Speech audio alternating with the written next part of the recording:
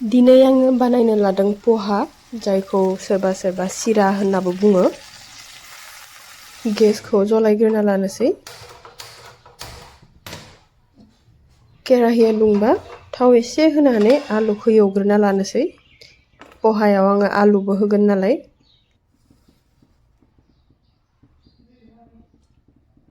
आलुखौ होनायनि सिगां थावआव हालदै एसे होग्रोनानै लागोन। दाना आलुखौ होनोसै।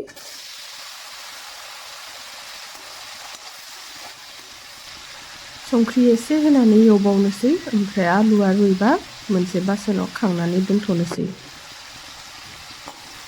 आलुआ रुइबाय, दाना खांनोसै।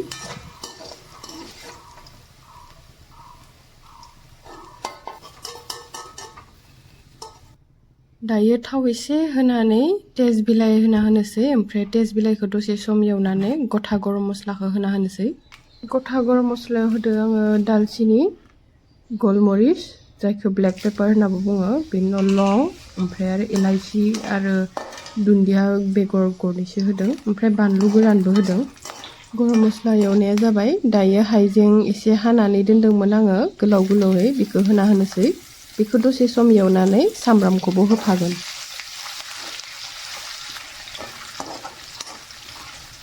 सामब्रामजों लोगोसे बानलु गोथांबो थाइथाम हानानै होफादों आङो।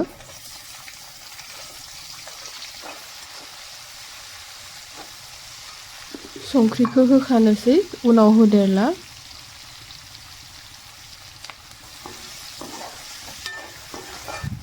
दायो टेस्टखौ बारायनो थाखाय नोरसिं बिलाइ गांनैसो होनोसै, जायखौ कारि पात्ता होननाबो बुङो।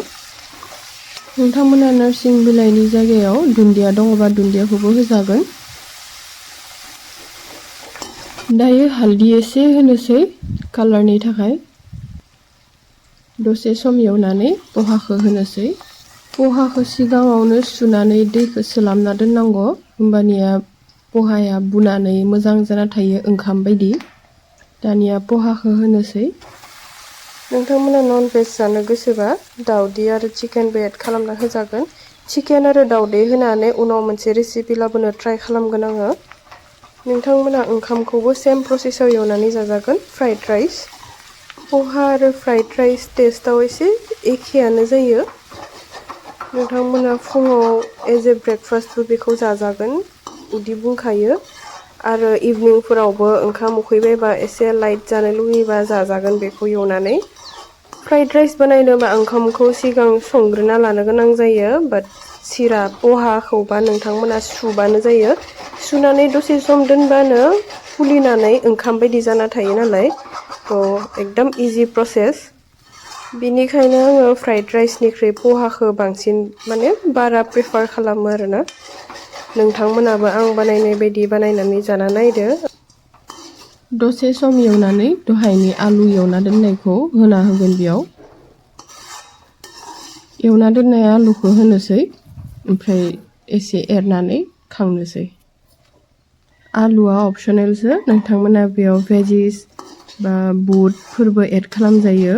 भेजिस होनना बुङोब्ला केपसिकाम, बेल पेपार, ओमफ्राय आरो बिन, केरट बेफोरखौ एड खालामजायो आरोना। ओमफ्राय गोथां मटरनि सिजनाव गोथां मटरखौबो होजायो। ब्रेकफास्टनि थाखाय एकदम पारफेक्ट बेयो, इजि आरो बहुद थाबनो जायो। जायफोरा फुङावनो माहाबाफोर थाङोबा एकदम बनायब्रब जाब्रबनानै थांनो हायो आरोना। बिदिब्ला उनावहाय फैलायनोसै गोदान मोनसे रेसिपि